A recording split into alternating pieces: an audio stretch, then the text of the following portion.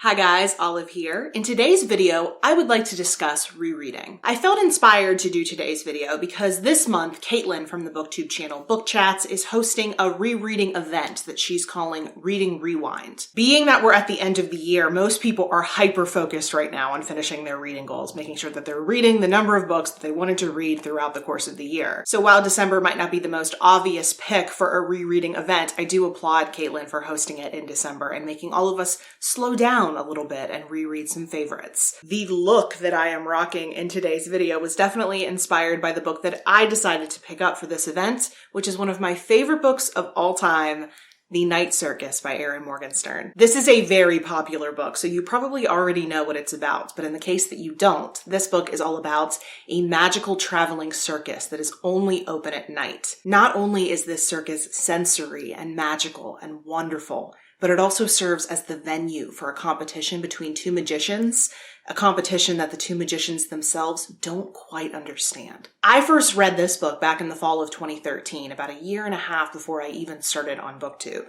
I didn't even know that this book existed before I went to a library book sale, saw that it was there on offer, decided to bring it home with me, and when I read it, I absolutely fell in love with it. This seems to be one of those books in the BookTube community that you either love or you absolutely hate. I think a lot of people who read a lot of fantasy novels had some issues with this book because there's not a clear-cut magical system. It is more set in our own worlds, but has magical elements interwoven into it. Being someone who has never really read that many fantasy novels, that didn't bother me in the slightest. In fact, I'm the type of person who reads a whole lot more realistic fiction, so I much preferred a world where magic was interwoven into something very familiar to me. I think some other people had problems with this book because it doesn't have the strongest plot.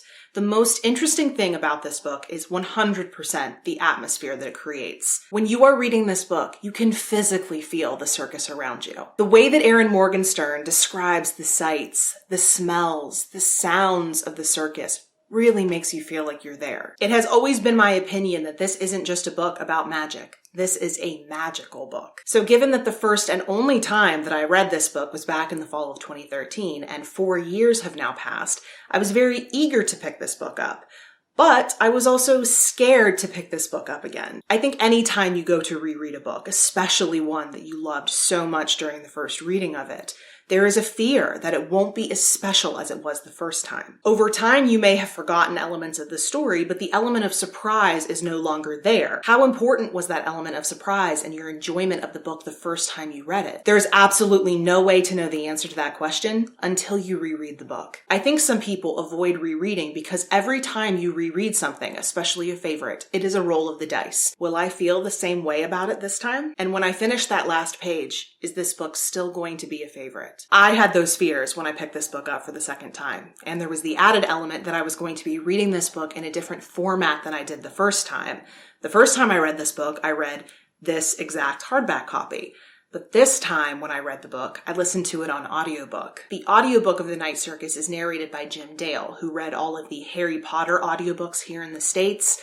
When I was doing my read-through of Harry Potter, I listened to a lot of the audiobooks that Jim Dale narrated, and I had mixed feelings about his narration style. So I also had a fear that I would take some of my grievances with him as a narrator into this rereading experience. But I just finished the audiobook the day before yesterday, and I'm very happy to say that once again, I fell in love with the experience of reading this. It was definitely a different experience on audio, but I didn't dislike it in the least bit. I found during this reread that I was able to keep a lot of the details straight when I wasn't able to in my first read through. I was more aware of which character was which and the relationships that all the characters had with one another. I think during my first read through of this book, I was so caught up in the magic that I was reading very, very quickly, and I lost a lot of details that way. And because I knew certain plot points were coming later on down the line, I was able to see some foreshadowing that obviously I wasn't able to appreciate as much during my first read-through. There were surprisingly a lot of elements that I had completely forgotten about, and it was so wonderful that I had forgotten them, so I got to experience those for the first time all over again. So overall, rereading this book was an exercise in reminding myself why exactly I reread books in the first place. Was it the same experience that it was the first time around? No. Was it as magical? Did I get as caught up in the story? No. But I was still able to really appreciate it. I was able to dig a little bit deeper into the story. It was still a 5-star read for me, and it still remains one of my all-time favorites when I was done. So I consider that a success. As you may know, there is only one book that I currently reread every single year. That book is Rules of Civility by Amor Towles, which is my favorite book of all time. As I was rereading this book, I was gauging my feelings, and I was trying to see if the idea of rereading this book every single year felt as good as the idea of rereading Rules of Civility every single year.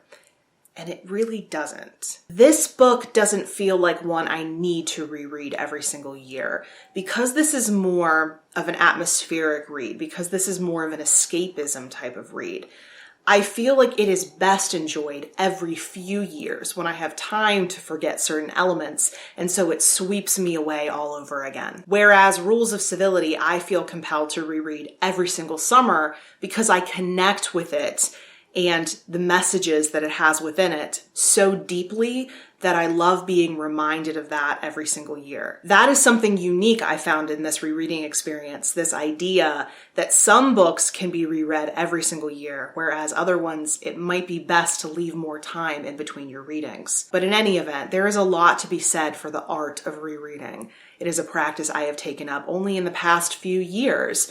Before, I never really thought it was worth bothering reading the same books if you had already read that. But there is so much more to be gained out of a book than just one read-through's worth. There are quite a few books that I've read in the past that I think I would gain quite a lot from rereading, so I'm gonna have to go take a look at my read shelf on Goodreads and get some ideas. If you have any thoughts or comments on the subject matter of this video, like if you're a fan of rereading, if you're picking anything up for Reading Rewind, or if you're like myself and are a big fan of the Night Circus, I would love to hear from you in the comment section below, or you can find me on a variety of different places on social media, and the links to all of my profiles are linked in the description box below. As always, thank you so much for watching. I hope you're having a wonderful day, and I will see you in the next video. Bye.